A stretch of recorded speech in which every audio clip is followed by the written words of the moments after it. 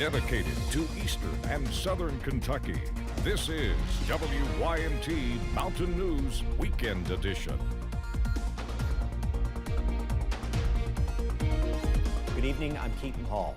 We start tonight in Laurel County, where state police are asking for help locating a missing woman. According to police, 37-year-old Tawana Martin was last seen by her family at her home in London around 7:30 Friday morning. She may be with 42-year-old Ronnie Martin of Corbin. The two were last seen in Rockcastle County around 3 o'clock Friday afternoon. Police believe they're driving a cream-colored 2007 Ford Edge with the registration plate KY080YCP. A man has been arrested for homicide in connection to a female body found in Buchanan County. 38-year-old Dustin Barrett Owens of Van Sant, Virginia, has been arrested and charged with homicide by the Buchanan County Sheriff's Department. Police say they found the body of a female in her home on Sunset Hollow Road in the Russell Prater area Saturday evening. Police then arrested Owens for homicide. The name of the victim is being withheld right now. We've got some sad news to share tonight. In a post on their Facebook page, Pikeville Independent Schools shared the news of the death of one of their second grade students. The post said that the young man had, quote, a smile that truly brightened our classrooms. The post also said the school's mental health professionals will provide support during this time to families and their students. The school has canceled class this Wednesday, the 26th, so families can attend the funeral. Contractors hired for flood cleanup are meeting with representatives of different organizations controlling roadways. The meeting, currently taking place in the Letcher County District Courtroom, came together after flood debris removal crews participated in a safety stand-down, saying their orders have not been consistent. Contractors are hoping this meeting will get everyone on the same page. We'll have more on the meeting tonight at 11. The Small Business Association will be closing its business recovery centers next week. The two centers in Knott and Letcher counties will close Tuesday. The SBA says it's seen a decrease in businesses and organizations applying for the disaster loans. Small business owners in Powell County are cleaning up today after a car wreck that ended a police chase and made a mess of their storefronts. Stanton police say they were pursuing a vehicle when the driver crashed into a salon Sunday morning. Security camera footage recorded the incident. Chelsea Nolan's mom owns Blessings Floral Design. She says she was on her way to the shop at the time of the accident, but pulled over for a few minutes on her way. If I would have not pulled over, I would have been sitting right where all of this happened. Where I usually park is like right in the line of where it's just it's a blessing that I didn't get hit. One witness said that police told him the car hit 100 miles per hour at one point. They also say the driver ran away on foot while one man was taken away in an ambulance. One man was arrested yesterday after a pursuit in Carter County. Russell Baker of Olive Hill has been taken in on several charges, including fleeing and evading police, trafficking, and possession of a controlled substance. Olive Hill Police Chief Bruce Palmer says several drugs were seized after the pursuit ended, including meth and fentanyl, along with nearly $6,000 in cash. Police say they were also served 2 indictment warrants for burglary. Barker is being lodged in the Carter County Detention Center.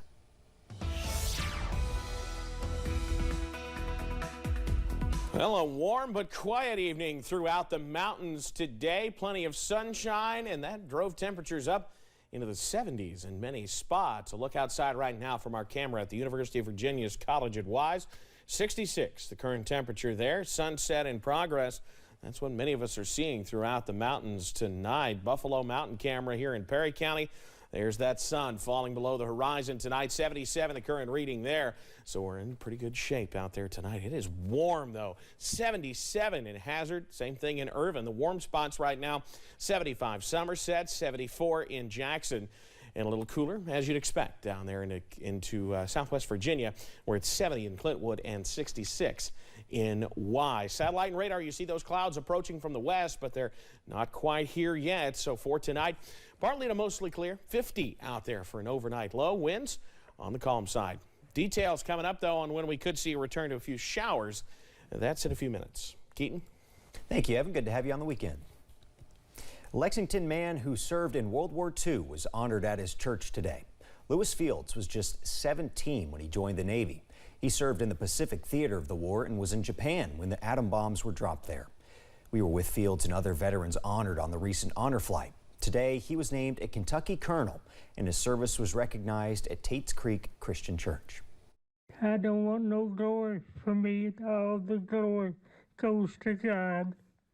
He brought me through all of this from 17 years old to 96, almost 96. The good Lord has been with me every day, and I just couldn't live without him. And I just feel sorry for people that don't know the Lord. Fields and 98-year-old Howard Evans were both on the honor flight last month. Evans is said to be the only World War II veteran still living in Owsley County. Loud booms could be heard in the Leatherwood area this weekend as the reenactment of a Civil War battle in Leatherwood took place once again this year. Nice weather set up a pretty reenactment scene as actors dressed in Civil War uniforms and put on a show for viewers. Participant Kyler Calhoun, who is a sergeant in the reenactment, says the Leatherwood battle is unique because of the scenery. Well, they're small, so we know everybody, and we're one of the only places that has an actual museum on the battlefield, and we've built this from scratch. You can also check out the Middle Creek National Battleground in Prestonsburg, which also includes a lot of Civil War history. Well, many of us have heard stories of spirits that roam the mountains of eastern Kentucky. They may be occupying your childhood home or even your favorite restaurant. One Eastern Kentucky group aims to seek out these spirits, showing the world what's out there beyond what our eyes can see. WYMT's Alyssa Williams sat down with the Harlan County Ghost Hunters to learn more. Harlan County native Dexter Day always had an interest in the paranormal. My mother used to tell me about all the houses that we lived in and how they were haunted and stuff, so it made me want to start this team and really get out there and see what we could find. Day created the Harlan County Ghost Hunters in 2013. It's been a roller coaster, I'll tell you. I've been through different members. You know, when I first started, I had a whole different group. With a few long-standing group members, the team has been able to ghost hunt throughout the region and beyond, even investigating in different states. You learn a lot as you go. Yeah, very educational on the history. Yeah. I mean, you get to see a certain aspect of it that's maybe not always firsthand in the public eye, so. With special equipment, the group investigates homes, historic sites, and even restaurants like the Portal in Harlan. There is a lot of history in all of Harlan County, and in my opinion, Harlan County is probably one of the more haunted places I've ever been. About anywhere you go downtown is haunted. There's something there. Yeah, we've had activity pretty much all down Main Street. It's been really good to see, really see the history come to life doing this kind of work.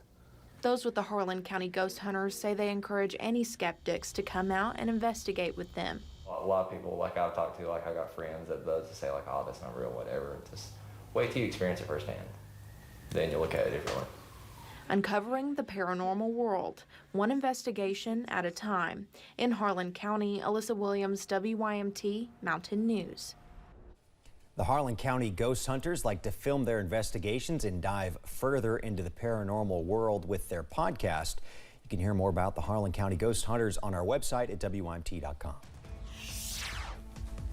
Coming up at 6, Election Day is just over 2 weeks away, and candidates across the country are making their case to voters. Plus, still watching some potential for sunshine returning. Details on that in a few minutes.